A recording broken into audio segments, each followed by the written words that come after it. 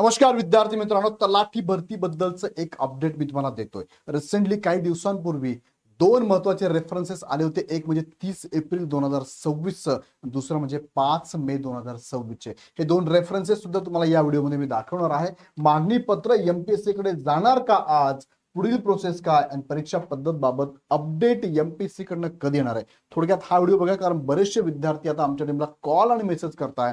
बऱ्याचशा कमेंट पण आहेत की सर अपडेट तुम्ही सांगा कधी येईल, अपडेट सांगा, उगाच व्हिडिओ घेऊ नका, उगाच तुम्हाला माहिती नसेल तर कशाला घेता. माहिती नसेल म्हणजे अजून एमपीएससीने दिलेलंच नाहीये, काहीच दिलेलं नाहीये. सो आपल्याला आपला वेळ वाचवायचा आहे, आपल्या वेळेचा सदुपयोग करायचा असेल तर त्या संदर्भात तुम्हाला मी गायडन्स करतो.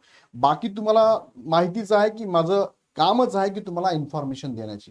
डे वन पासून तुमची नियुक्ती होईपर्यंत प्रत्येक जाहिरातीबद्दलची अपडेट मी तुम्हाला या चॅनलवर देत असतो. सो ज्यांना रुचतंय, पचतंय, आवडतंय त्यांनी चॅनल सबस्क्राईब करा आणि बेल आयकॉन सुद्धा क्लिक करा. ज्यांना वाटतंय की सर आम्ही आल्यावरतीच करू त्यांनी निवांत राहा आणि जेव्हा डिटेल्स येईल तेव्हा मी पण व्हिडिओ घेईल, तो बघा आणि मग अभ्यासाला लागा. डिपेंड, चॉईस तुमची असणार आहे. तो लक्षात घ्या. आपण बघूया की हे दोन रेफरन्सेस नेमके काय याच्यामध्ये असणार आहे. बघा, एक रेफरन्स आहे 5 मे 2026 चा शासन निर्णय आहे सामान्य प्रशासन विभागाचा भरती प्रक्रिया सुसूत्रीकरण आणि सुधारणा संदर्भातला, आणि त्यामध्ये परिशिष्ट क्रमांक 33 मध्ये त्यांनी टाकलाय ग्राम महसूल अधिकारी अराजपत्रित प्रशासकीय.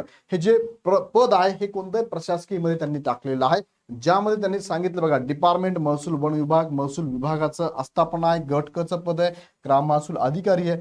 आणि जुनी जी पात्रता होती ती होती those who hold a degree येणाऱ्या विद्यार्थ्यांनी इथे फॉर्म भरू शकतात. आणि नवीन जी नियम दुरुस्ती झाली त्यामध्ये टाकले त्यांनी कोणताही डिग्री असणारा विद्यार्थी इथे फॉर्म भरू शकतो. अनुभवाची गरज नाही, ऍडिशनल स्किलची गरज नाही आणि क्वालिफिकेशनची इतर क्वालिफिकेशनला प्रेफरन्सची गरज नाही. सो एनी ग्रॅज्युएशनचा विद्यार्थी तलाठी भरतीला फॉर्म भरू शकतो. हा नवीन नियम त्यांनी लागू केलेला आहे. सो असा हा एमपीएससीच्या जी आर मध्ये आलेला हे महत्वाचा बदल आहे. आता यामध्ये अजून त्यांनी काय सांगितलंय, दोन महत्वाचे मुद्दे. एक म्हणजे प्रशासकीय पदांचा एक गट बनवला 252 संवर्गाचा, असे 17 गट तयार केलेले आहे, जे 28 ते 44 या परिशिष्ट दरम्यान त्यांनी टाकलेले आहे. आणि त्यातलंच एक परिशिष्ट मी तुम्हाला दाखवलं 33 नंबरचं परिशिष्ट, जे ग्राम महसूल अधिकारी संदर्भातला आहे. दुसरं तांत्रिक आहे. आता तलाठी हे तांत्रिक मध्ये मोडतच नाही. सो आपण विचार करूया प्रशासकीय स्वरूपाचा. आणि हे जे गट केले त्या गटानंतर त्यांनी पुढे एक मेसेज पण दिलाय बघा, प्रशासकीय विभागांनी करावयाची कार्यवाही.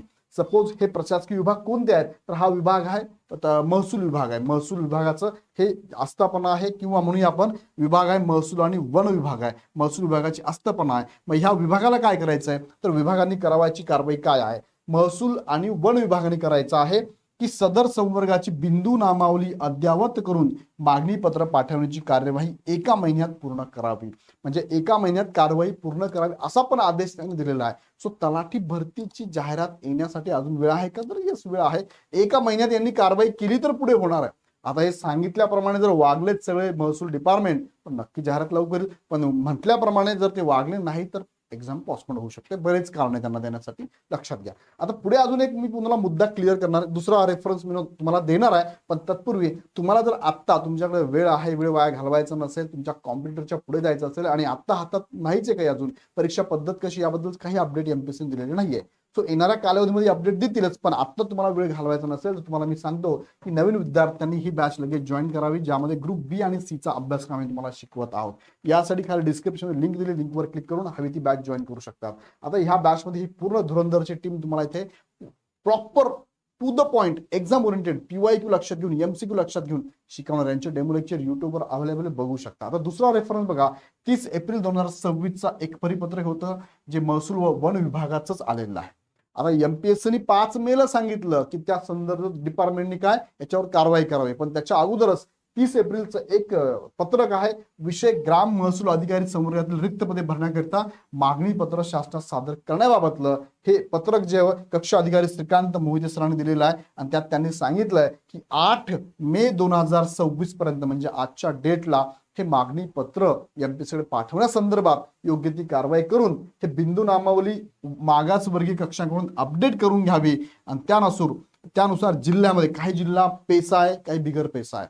आता जे पेसामध्ये जिल्हे 13 जिल्हे त्यामध्ये कोर्टाने स्थगिती ठेवली होती, पण आता रिसेंटली निर्णय झालेला आहे, ही स्थगिती उठवलेली आहे. सो इथे सुद्धा आता तलाठी भरतीची पदं भरली जाणार आहे. पेसा आणि बिगर पेसा दोन्ही जिल्ह्यांमध्ये भरली जाणार आहे. त्याची अपडेट सुद्धा घेऊन स्वतंत्र मागणी पत्र त्यांनी मागितलेलं आहे. आता हे मागितलं कोणी आहे? महसूल वन विभागाने. हे महसूल वन विभाग मागून घेणार आणि ते एमपीएससीकडे पाठवणार आहे. सो त्यांनी तर डेडलाईन 8 तारीखच दिली होती. आजची डेट बघूया आज संध्याकाळपर्यंत की हे मागणी पत्र जातात का कुठे?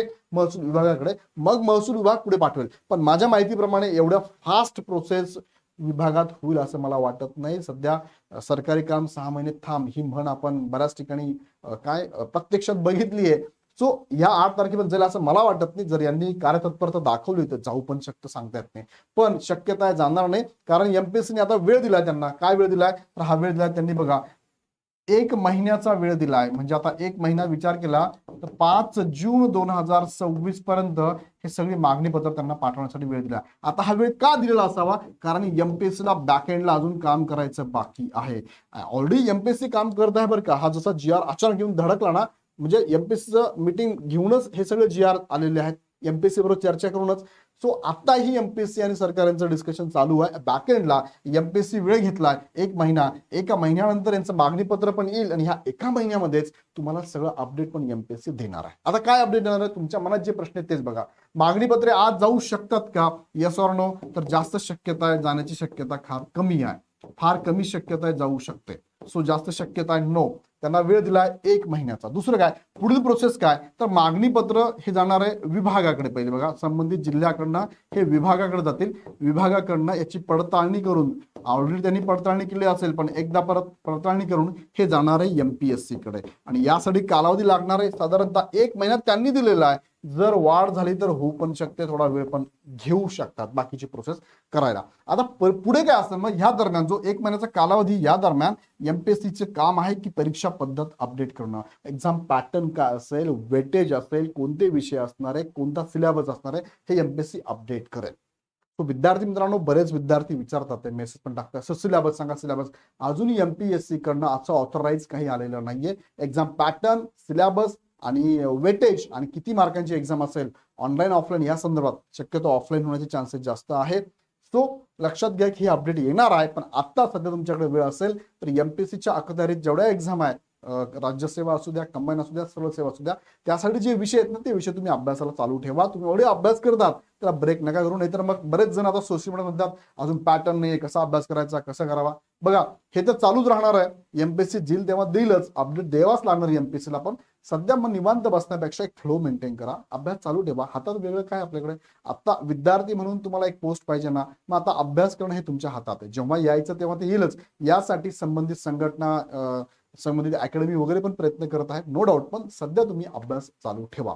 सो आली की अपडेट तुम्हाला मी देतो. सो हा जो मुद्दा बऱ्याच जण विचारला, सर आज मागणी पत्र जाईल का, जाईल का, जाईल का, तर ते 30 एप्रिलची न्यूज आणि नंतर 5 मेचा जी आर, त्यानुसार जर विचार केला तर अजून 1 महिना लागू शकतो. सो वेट अँड वॉच तुम्हाला करावं लागणार आहे. सो आलेली अपडेट तुम्हाला नेहमी देत असतो, त्यासाठी तुम्ही चॅनल सबस्क्राईब करून बेल आयकॉन क्लिक करून ठेवा. कारण पुढची अपडेट येत्या काही कालावधीत ह्या महिन्याच्या आतच सगळ्या गोष्टी क्लिअर होऊन जातील. ते झाल्या की मग तुम्हाला अजून अभ्यासाला कॉन्फिडन्स येणार आहे. सो अधिक माहितीसाठी तुम्ही आमच्या टीमला कॉल करू शकता. आणि तुम्हाला ग्रुप सी ची बॅच जॉईन करायची असेल तर ऍप डाउनलोड करून डायरेक्ट जॉईन पण करू शकता. खाली डिस्क्रिप्शन मध्ये लिंक दिलेली आहे. हा व्हिडिओ आवडला तर लाईक करा, चॅनल सबस्क्राईब करा. पुन्हा व्हिडिओ आपण नेक्स्ट व्हिडिओमध्ये. धन्यवाद.